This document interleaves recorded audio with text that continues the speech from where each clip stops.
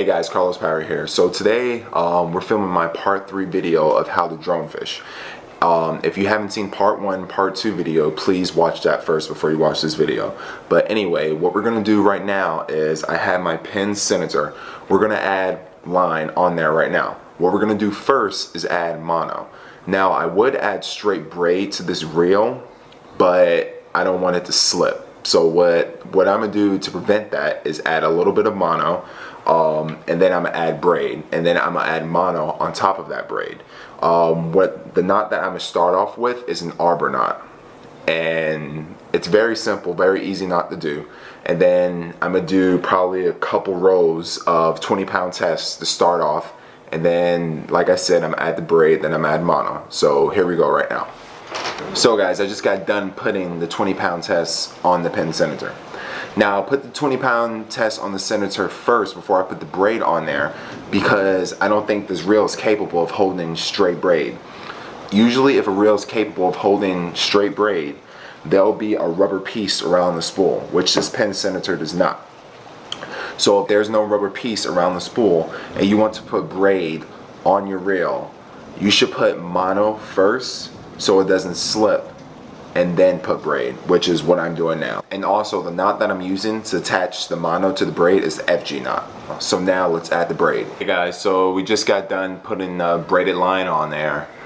As you can see, I put 500 yards of 40-pound test on here. So now we're gonna put the mono, 30-pound mono, as a top shot, and then we're gonna finish it off from there. So stay tuned. So I just finished spooling my conventional reel with 30-pound tests. So first I started off with 20-pound tests. So I didn't want to add straight braid to this conventional reel because there's no rubber around the spool, which indicates usually that you could put straight braid on the spool.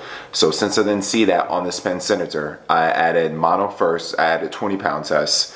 And then I added the braid onto the mono, and the tie that I used was an FG knot. Then I used another FG knot to tie the braid to the mono. So I'm explaining to you why I have this much line on my reel. I probably have anywhere around 800 yards of line in total on this reel. I have 500 yards of braided line, and then I have at least 300 yards of 30-pound tests on this reel.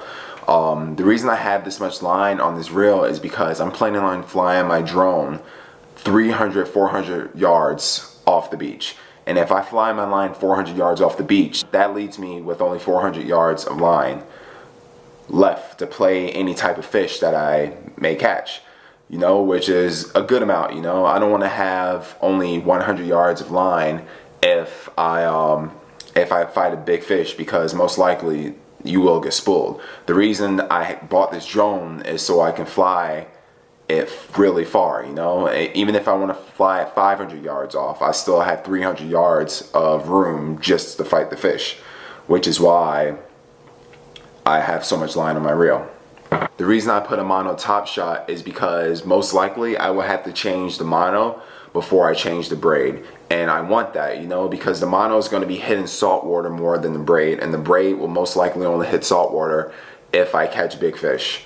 So I like this approach because mono is a lot cheaper than braid. And you know, if anybody goes fishing, whether you use a mono or braid, most likely you're going to have to change it after a while if you go saltwater fishing or any type of fishing consecutively. So I want to be able to change the mono first before I change the braid. Another reason why I put mono top shot is because you have to think about this. Mono floats as well as braid. And I've seen plenty of fishing videos when guys are fishing for sharks from the beach, and just by luck, a boat just so happened to pass their line, and their line gets caught in the propeller and they lose a ton of braid or a ton of mono. I don't want that to happen to me, but if it does, I'd rather lose mono compared to braid. I'm thinking ahead, and that's why I rather a mono top shot, because I'd rather lose mono compared to braid. And God forbid if a boat was to go over my line, most likely he'll take most of my mono before he hits my braid, because I have a lot of mono on here as well. These are some of the things you have to think about when you're going drone fishing. You know, first of all, if you want a lot of line on your conventional reel, just so you can fight any type of fish, because most likely if you're going 300, 400 yards off the beach, you're fishing for something big, nothing small. So you want a lot of line on your reel to handle any type of fish that you encounter.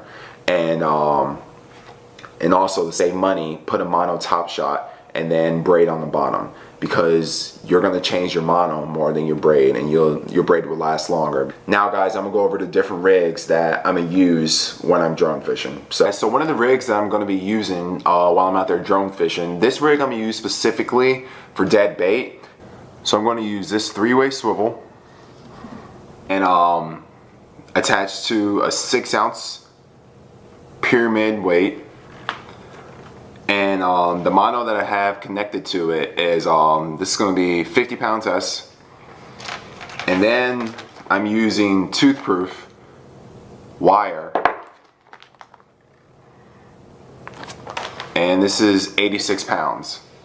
And I'm just going to have one end of the swivel connected to the weight, and then the other end connected to a wire with mono. This next rig is a very simple rig that I use a lot inshore that I'm going to use offshore, and this is for live bait. And this is simply just a bobber attached to your main line, again with 86 pound wire attached to a 7/0 hook. And I'm probably going to put maybe a big mullet attached to here and take it 300 or 400 yards. And the main species that I'm targeting is either sharks, cobia, or kingfish. And the only downside about the setup is that if you have a big mullet on here and there's no weight attached to here, your mullet can go anywhere.